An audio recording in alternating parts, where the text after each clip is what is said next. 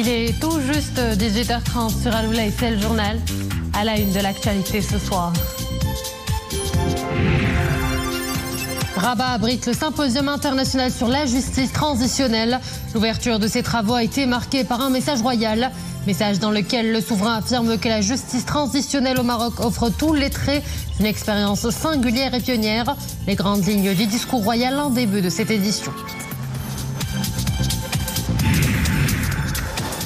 Refonte de l'autorité nationale de régulation de l'électricité. Sa Majesté le roi Mohammed VI pose les jalons d'un super régulateur pour une transition énergétique visionnaire.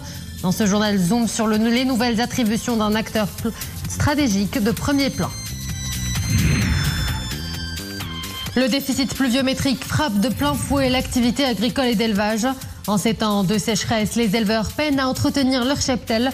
Nous suivrons un reportage depuis la commune de Moulay Yacoub. Bonsoir à tous. Justice transitionnelle en ouverture de cette édition. La thématique est au cœur d'un symposium international organisé à Rabat en commémoration du 20e anniversaire de la création de l'instance équité et réconciliation. L'événement est placé sous le thème « Les processus de justice transitionnelle pour des réformes durables ». L'ouverture des travaux a été marquée par un message royal adressé aux participants, message dans lequel le souverain affirme que l'instance équité et réconciliation est un pilier essentiel dans la construction et dans la transition démocratique. Elle a notamment concouru à la consolidation de l'état des droits et des institutions et à la protection des libertés au Maroc. Les grandes lignes du message royal avec Sophia Fgrout. Alhamdulillah, wassalatu wassalamu ala maulana rasoulillah wa alihi wa sahbihi. Hadarat sayyidat wassada. La justice transitionnelle au Maroc offre tous les traits d'une expérience singulière et pionnière. Affirmation de Sa Majesté le roi Mohammed VI dans son message adressé aux participants au symposium international sur la justice transitionnelle. L'occasion de saluer les acquis accumulés par notre pays dans le cadre du processus national et d'éclairer les générations présentes et futures sur les réformes et les réconciliations menées à bonne fin par le royaume. Et le souverain de rappeler que la création de l'instance équité et réconciliation s'inscrivait au cœur d'une dynamique volontariste de gestion des affaires publiques. Dans son message, Sa Majesté le roi Mohammed VI souligne que l'objectif premier du modèle marocain de justice transitionnelle a été de focaliser l'intérêt de toutes les victimes et d'examiner l'ensemble des atteintes aux droits de l'homme perpétrées depuis les premières années de l'indépendance jusqu'à la date de création de l'instance équité et réconciliation. À cet effet, des investigations et des enquêtes de terrain ont été menées et des auditions publiques ont été organisées dans les villes et dans les villages afin de recueillir les témoignages nécessaires à l'établissement de la vérité, de réparer les préjudices individuels et collectifs. Ce travail visait in fine à réconcilier le peuple marocain avec son passé, note le souverain, et de préciser le trait le plus distinctif de l'expérience marocaine a été l'implication de toutes les sensibilités de la société civile dans le processus. Une prise de conscience collective s'est fortement cristallisée autour de la lutte contre les atteintes aux droits de l'homme. De cette expérience, des leçons ont ainsi été tirées, observe Sa Majesté le roi. À la faveur des recommandations de l'instance équité et réconciliation, souligne le souverain, un cadre régulateur a été mis en place pour structurer de vastes réformes sociétales, y compris celles de nature constitutionnelle et législative. Dans cette perspective, assure Sa Majesté le roi, nous avons tenu à ce que soient reflétées dans la Constitution les lois et les politiques publiques, l'acceptation la plus large des droits de l'homme, qui recouvre tout à la fois les aspects politiques, environnementaux, économiques, sociaux et culturels. Le souverain affirme être personnellement attaché à ce que le concept de justice spatiale trouve une traduction concrète dans les politiques de développement, à ce que la notion de réparation du préjudice collectif soit intégrée au plan de développement. Ainsi, la voie a été ouverte à des réconciliations majeures avec l'histoire et avec l'espace. Dans ce cadre, aujourd'hui, le monde, à travers la voix d'observateurs impartiaux, rend témoignage des fruits du modèle de développement qui est à l'œuvre dans nos provinces du Sud. Dans son message, Sa Majesté le Roi évoque le rôle précurseur joué par le Maroc en introduisant le concept de justice transitionnelle dans son environnement arabe et africain. S'agissant du symposium, le souverain a émis le souhait que les séances de délibération autour des sujets à l'ordre du jour puissent accorder à l'expérience marocaine la place éminente qui lui échoit, étant donné qu'elle représente un trait distinctif de notre histoire politique contemporaine, laquelle puise ses fondements dans l'ancrage séculaire de l'État marocain.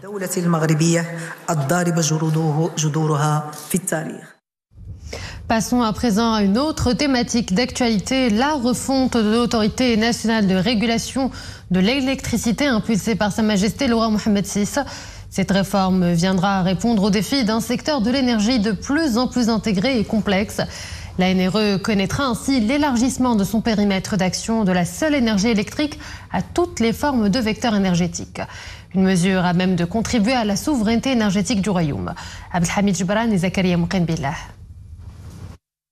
Énergie éolienne et solaire, gaz naturel, hydrogène vert et électricité conventionnelle, autant de formes d'énergie dans lesquelles s'investit le royaume. Dans sa stratégie d'orientation vers les énergies propres, le royaume atteint aujourd'hui une maturité nationale. Cela impose une plus grande régulation. C'est dans ce sens qu'intervient la réforme de l'autorité nationale de régulation de l'électricité. L'un des aspects phares de cette réforme impulsée par Sa Majesté le Roi, l'élargissement du périmètre de l'agence à toutes les formes de vecteurs énergétiques. Pour les experts, c'est un pas de plus pour aller vers une plus grande souveraineté énergétique. Comme vous le savez, le secteur de l'énergie aujourd'hui au Maroc a suivi de longues étapes et est arrivé à un niveau de maturité par rapport aux pays avoisinants, mais également par rapport à d'autres pays similaires dans leur développement économique et social dans le monde, qui a appelé à revoir et à renforcer le rôle de la régulation dans ce sens. Dans sa nouvelle version, l'Autorité nationale de régulation de l'électricité s'occupera de développer toute la chaîne de valeur énergétique à travers les aspects de transport, de distribution, de production et de stockage. Ces nouvelles mesures contribueront à renforcer et à multiplier les investissements dans le domaine énergétique en général et dans les réseaux électriques.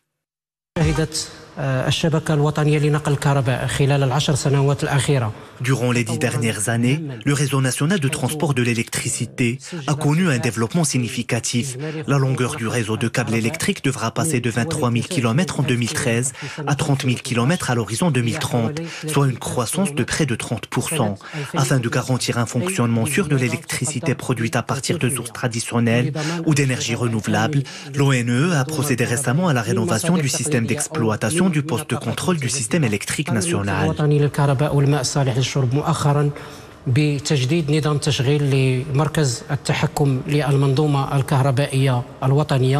Aujourd'hui, le royaume se donne les moyens de ses ambitions énergétiques. Sa politique visionnaire dans les secteurs afférents a pour finalité d'assurer l'approvisionnement suffisant aux générations actuelles et futures. Un choix qui permettra au Maroc d'assurer la souveraineté nationale en énergie et de conforter son rôle en tant que corridor énergétique entre l'Afrique, l'Europe et le bassin atlantique. Pour parler davantage de ce chantier de régulation de la transition énergétique au Maroc, notre invité, professeur Abdelmounaïm Bellalia, professeur de l'enseignement supérieur à l'Université Mondiapolis de Casablanca, nous rejoint en direct depuis Casablanca. Bonsoir professeur. La nouvelle réforme de l'autorité nationale de régulation de l'électricité ordonnée par Sa Majesté le Roi mérite une attention particulière. Qu'est-ce qui fait aujourd'hui de cette réforme une des priorités du royaume dans le contexte actuel ? Bonsoir. Je pense qu'il s'agit d'une réforme qui s'inscrit dans une vision royale, globale et intégrée, qui poursuit 3 axes principaux. Premièrement, le développement de tout ce qui est énergie renouvelable, l'éolien, le solaire.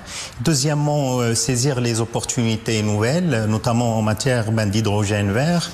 Et troisièmement, le dessalement d'eau, on le sait tous, aujourd'hui avec la rareté de l'eau, il devient impératif de pouvoir chercher des sources nouvelles d'eau. En lien en fait avec l'électricité, on sait très bien qu'aujourd'hui 17% de l'énergie qui est en fait consommée au Maroc, elle provient de l'électricité. On sait aussi qu'on est devant des impératifs comme répondre à la demande avec des prix en fait accessibles et aussi produire une énergie renouvelable. Tous ces aspects-là font de cette réforme une réforme importante qui intervient en fait à point nommé. Et avec cet outil de pilotage de la stratégie énergétique globale, le Maroc se donne les moyens de ses ambitions, devenir un acteur régional majeur en matière d'énergie.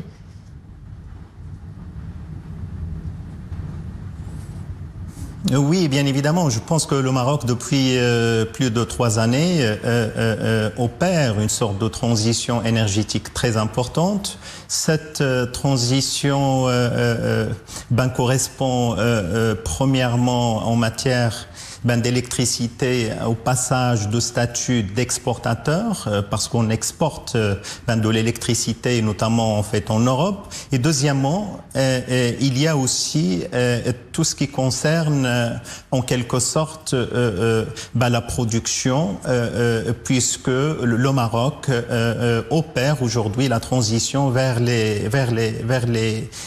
énergies vertes, comme j'ai dit, l'éolien et le solaire. Tous ces aspects-là, bien évidemment, font aujourd'hui du Maroc une puissance régionale sur le plan de l'énergie.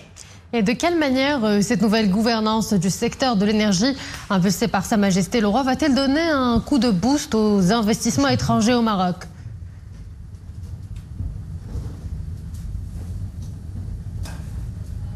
Voudriez-vous que je répète ma question? De quelle manière est-ce que cette nouvelle gouvernance du secteur de l'énergie, impulsée par Sa Majesté le Roi, va-t-elle donner un coup de boost aux investissements étrangers au Maroc? Il semble que nous rencontrons quelques petits soucis de technologie. Direction à présent le Proche-Orient, la ville de Gaza qui est toujours à feu et à sang. La défense civile a annoncé aujourd'hui qu'au moins 29 personnes avaient été tuées après les bombardements de l'armée israélienne près de l'hôpital Kamal Adwan à Beit Lahia, dans le nord du territoire palestinien. Dans ce contexte de violence, l'ONG Amnesty International accuse Israël dans un rapport de commettre un génocide contre les Palestiniens dans la bande de Gaza, appelant la communauté internationale à ne pas être complice. La secrétaire générale de l'ONG affirme que mois après mois, Israël a traité les Palestiniens de Gaza comme un groupe de sous-humains indignes du respect des droits humains et de la dignité, démontrant son intention de les détruire physiquement.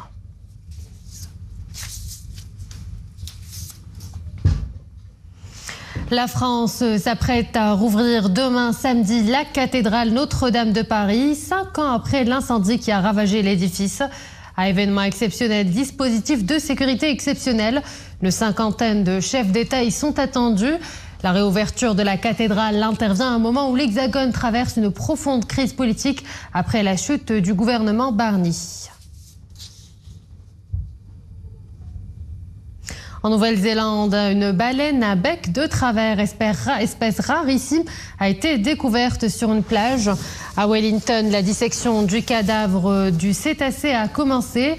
Cette opération durera une semaine.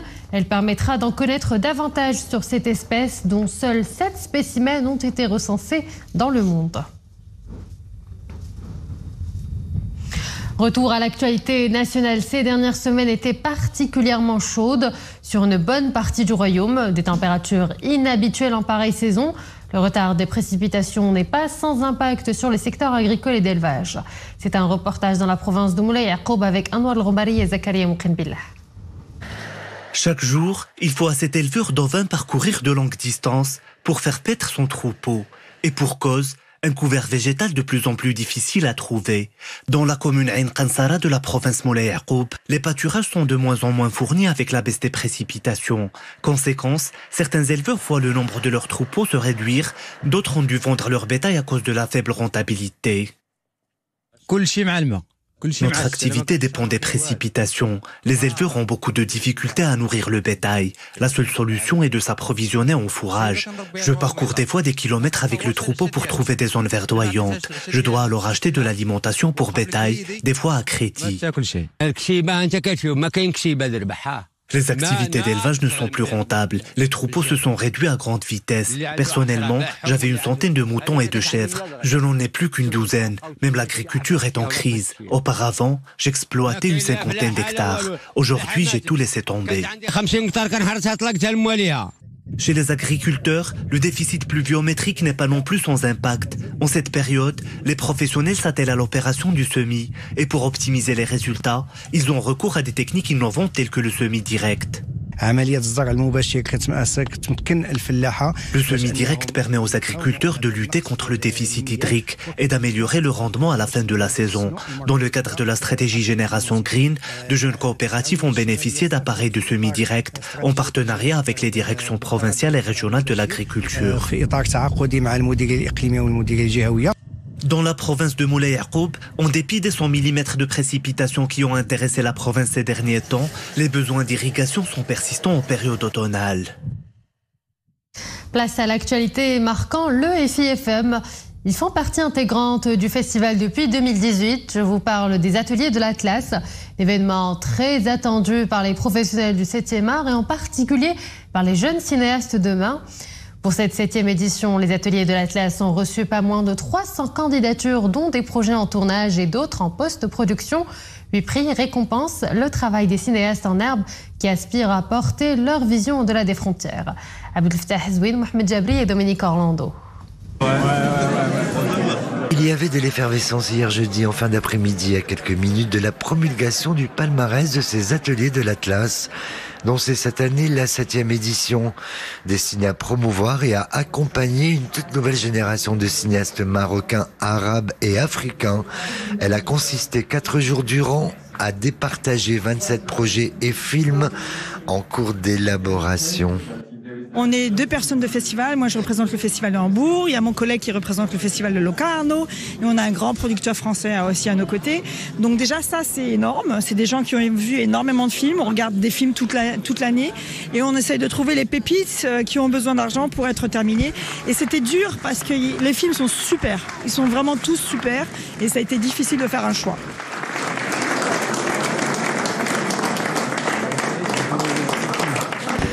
Pour l'ensemble des 8 jeunes cinéastes récompensés cette année, l'émotion était bien plus que simplement grande.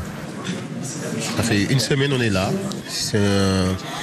En tout cas, c'est un atelier très très très important pour les Africains, pour les jeunes aussi créateurs. On rencontre des professionnels du Maroc, dans le cinéma, du monde arabe, de l'Afrique Sud-Sahara et du monde entier en fait. Je m'y attendais pas du tout, mais c'est vraiment un honneur pour moi d'avoir été reconnue de cette manière et j'ai vraiment hâte pour la suite du projet. Voilà. Ça fait du bien ce type d'encouragement, je suppose. Non, vraiment, parce que c'est un projet assez ambitieux et comme premier film pour moi, j'ai vraiment besoin de support et donc je savais que j'allais avoir du support d'Atlas. Voilà. Que raconte précisément votre film à venir?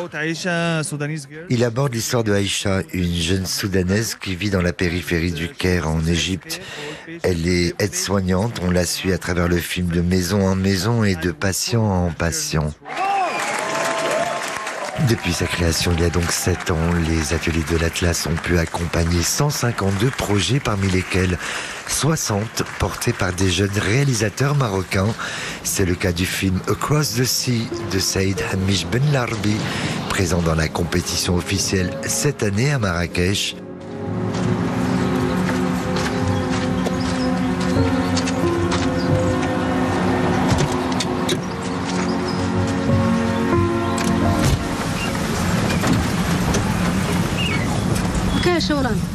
le film somalien de Mo Haraoué de Village Next to Paradise, qui a quant à lui ouvert la compétition toujours ici à Marrakech, a également bénéficié du soutien de ces si bien nommés Ateliers de l'Atlas.